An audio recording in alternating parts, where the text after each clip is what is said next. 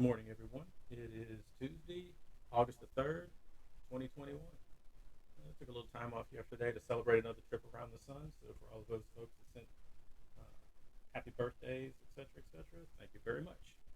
Um, since our last go around, I've been kind of looking pretty deeply at the Linux desktop distributions that we've been discussing.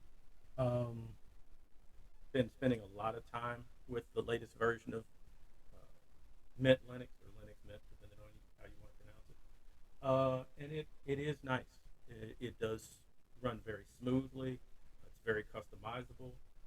Basically made my Linux desktop look exactly like my Windows desktop. And honestly, if in passing or if you don't really look at it, it's really hard to tell the difference. Uh, so as far as comfort and familiarity go, to the standard desktop user who's not all that interested in what's going on at the command line, just wants their GUI to look and feel like they're used to, it does an excellent job. It does very nearly as good a job, and probably in some ways as good a job as Twister does. So it's quickly gaining, and right now I'd say they're 1A and 1B, and there's not a lot of difference between the two, at least from my perspective. Um, I've used it with OpenOffice Loaded, which of course is an open source Microsoft Office. I can't really say competitor, but alternative. Um, and it does, as far as the standard user would go, uh, most of the same stuff that their Office counterparts would do. So for your normal small to medium sized Office, um, it's for the straight up desktop users that aren't the Geek Squad or the techie folks. Um, it does serve and it serves very well. So since Microsoft is giving us plenty of warning for once that Windows 11 is, or at least at this point should pop up late October, November, um, this would be a good time to kind of take a look and see if Linux is an alternative for you.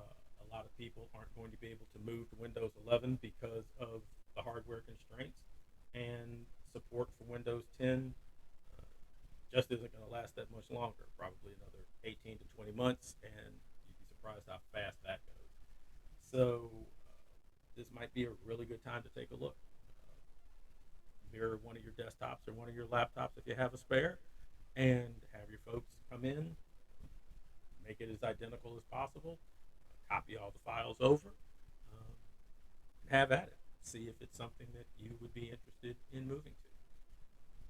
If not, then you have time to begin to budget funds for replacement machines, et cetera, new licenses, and everything that Microsoft is going to want.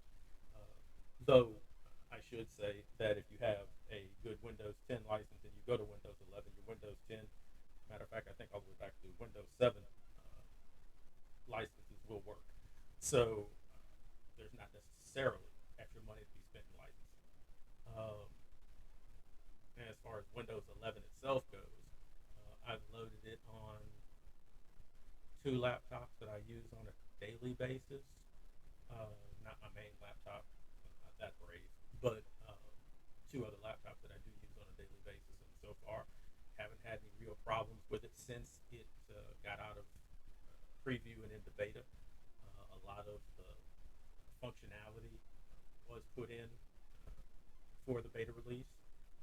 If you're in the Microsoft Preview program, it's just a update from the update page. Takes a while because, as you can imagine, it's a big update.